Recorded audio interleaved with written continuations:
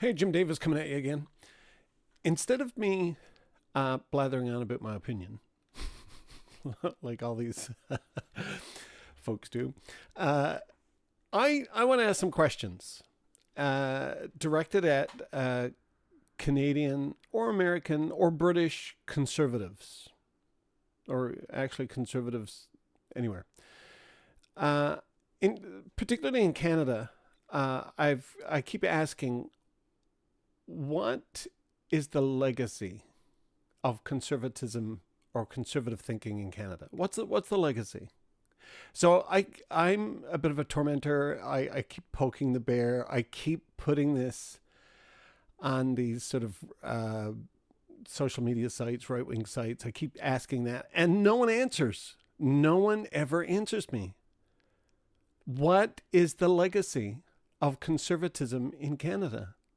So finally, the other day, one person, female, finally said, obviously female conservative, finally said, well, under, I think she said Steve Harper. It wasn't Mulroney. She said under Stephen Harper, the dollar was at parity or more than the American dollar. Okay, so I checked. I looked it up. Yep, she's right. For, I don't know what it was, 3 months? For 3 months. Yes, the Canadian dollar was worth more than the American dollar. So let's just look at the word legacy. So my question is, what's the legacy of conservatism in Canada? Okay, so legacy is long-lasting impact of particular events. So I guess in her mind, 3 months was a legacy, because right now the Canadian dollar is not at parity with the American dollar. The Canadian dollar is 72 cents. It's in the low 70s, 72 cents worth each American dollar. So I don't think you understood the question. So legacy is long lasting. So I could go through a litany of liberal or new democratic ideas that are long-lasting. The biggest one being universal health care. Okay, that's a thing from the left that Canadians like. It is a legacy. It was started. It's going. We still have it. We have that. So seriously, what is it? What is the legacy? Because I can think of conservatism in the United States. I can think of Reaganomics, and you can look at many charts and see that under Ronald Reagan, fun times in the 80s, right?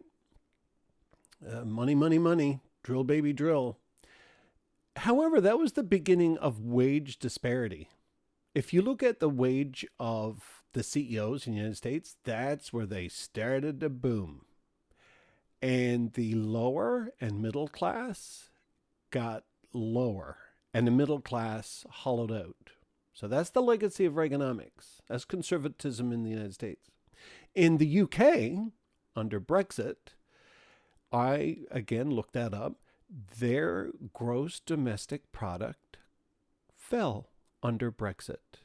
And it seemed like a lot of right-wing or far right-wing propaganda. I remember there were buses. There's 300 million pounds leaving the UK to go to the European Union, right? Nigel Farage, these characters. That was all a lie. That's a lie. So to me, that's a legacy of conservatism. There's just propaganda and lies. That's all I'm seeing. So you have Reaganomics. That's the biggest conservative legacy in the United States. That led to wage disparity that no one has an answer for.